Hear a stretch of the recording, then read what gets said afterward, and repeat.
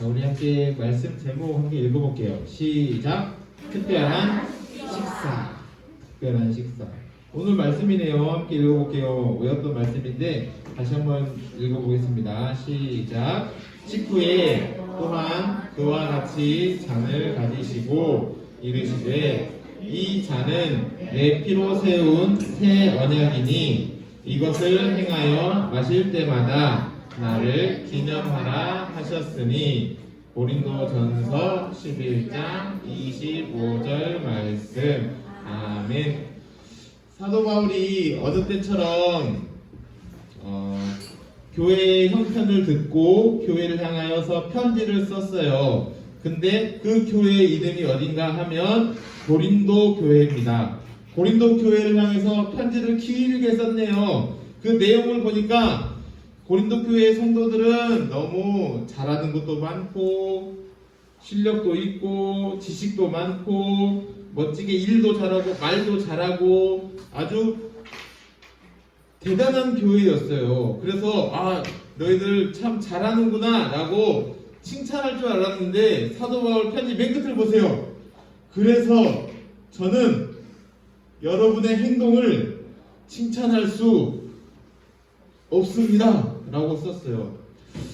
이 고린도 교회 성도들은 재능은 참 많았지만 그 재능 때문에 서로 싸우고 다투고 또 욕심도 나고 하면서 분열하고 여러 가지 문제들이 있었던 거예요. 그래서 사도 바울은 고린도 교회를 향해서 편지를 쓰면서 나는 칭찬할 수 없다라고 이야기를 하는 거죠. 고린도 교회 상황을 한번 자세히 들여다볼게요. 교회는 이런 사람들이 모이는 곳이죠. 하나님께 기도하고 하나님께 찬양하고 또 하나님의 말씀을 듣고 그러면서 서로 교제하고 하는 곳이 교회예요. 근데 고린도 교회는 그렇게 되지 못했던 거예요. 왜요? 자기가 가진 재능을 서로 비교하고 그래서 무시하고 다투고 가난한 사람을 오면 환영해 주지도 않고 오직 자기만 생각하고 이 고린도 교회는 이런 문제들이 있었던 거죠. 그래서 아까 앞에 있었던 하나님께 기도하고 찬양하고 하나님을 예배하는 이런 모습들이 다 사라져 버린 거예요. 자, 근데 이들도 하나님의 말씀을 잘 나눴던 적이 있었어요. 언제냐? 보세요. 처음에는 식탁을 나눴어요. 보세요. 닭다리도 있고, 닭다리인가? 고기도 있고, 빵도 있고, 떡도 있고, 물도 있고, 음료수도 있고, 이렇게 음식을 나누는 이유가 있어요. 왜냐하면 예수님께서 3년 동안 공생의 활동을 하시면서 어떤 것을 하셨어요? 병든 사람을 고쳐주시기도 하고 다친 사람을 낫게 해주시기도 하고 눈이 먼 사람을 눈이 뜨게 하시기도 하시면서 했는데 가난한 사람들, 배고파하는 사람들에게 물고기 5병이요. 물고기 2마리와 떡 5개를 들어서 가지고 와서 그걸로 5,000명을 먹이시면서 같이 뭐 했어요? 이거를 먹는 거. 이게 식사잖아요. 밥을 같이 먹었어요. 그 밥을 같이 먹으면서 이들이 하나님 나라, 천국을 경험을 하기를 원했던 거예요. 그러니까 초대교회, 고린도 교회도 초대교회인데 사람들이 자기의 음식들을 조금씩 가지고 와서 이것을 나누어 먹어요. 그러면서 그들은 무엇을 경험해요? 천국을 경험하는 거예요.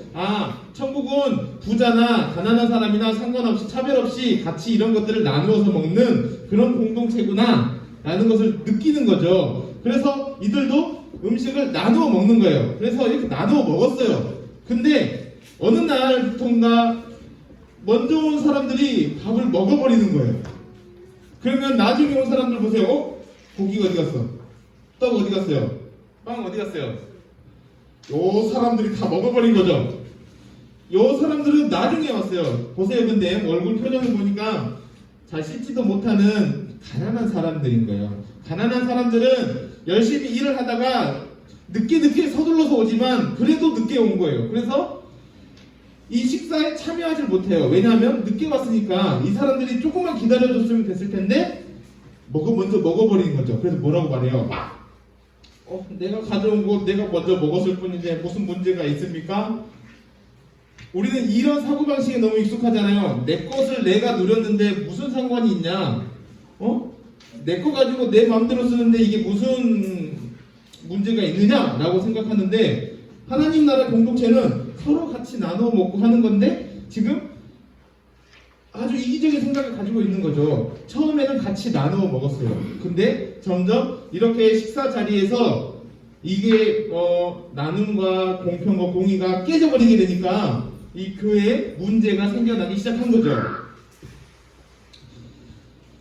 자, 예수님께서도 제자들과 식사를 하셨어요. 근데 이 식사가 아주 특별한 식사인 거죠. 어떤 식사냐면, 예수님께서 십자가에 잡히시기 전날 밤에 제자들을 모아다가 같이 식사를 하셨어요. 그래서 빵을 딱 떼어셔서 이것은 너희를 위하여 흘리게 되는 내 몸이다. 그리고 이 잔에 포도주를 따르시고 이 포도주를 나누어 주시면서 이것은 너희를 위하여 흘리는 내 피다 라고 하면서 이것을 먹고 마시면서 나를 기념하라 라고 했어요.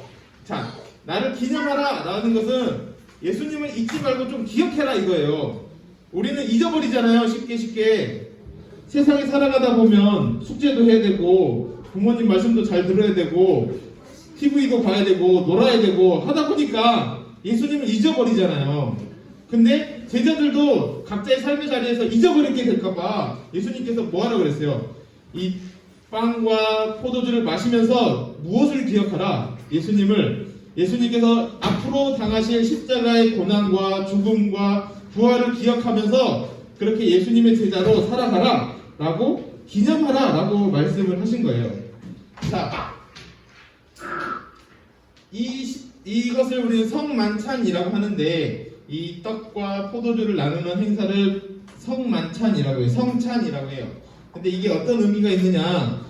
우리는 구약 성경에 시내산에서 또 하나님께서 언약을 맺은 백성으로 언약을 맺으셨어요. 근데 그 언약이 깨져버린 거죠. 그래서 그 언약을 다시 맺을 필요가 있었는데 그 다시 맺는 언약의 과정이 지금 이 성만찬에 참여하는 의미다. 예수님의 십자가에 참여하는 의미다 라고 이야기를 했어요. 그리고 이 떡과 포도주를 함께 먹고 마시는 사람들은 이제는 둘이 아니라 셋이 아니라 하나다.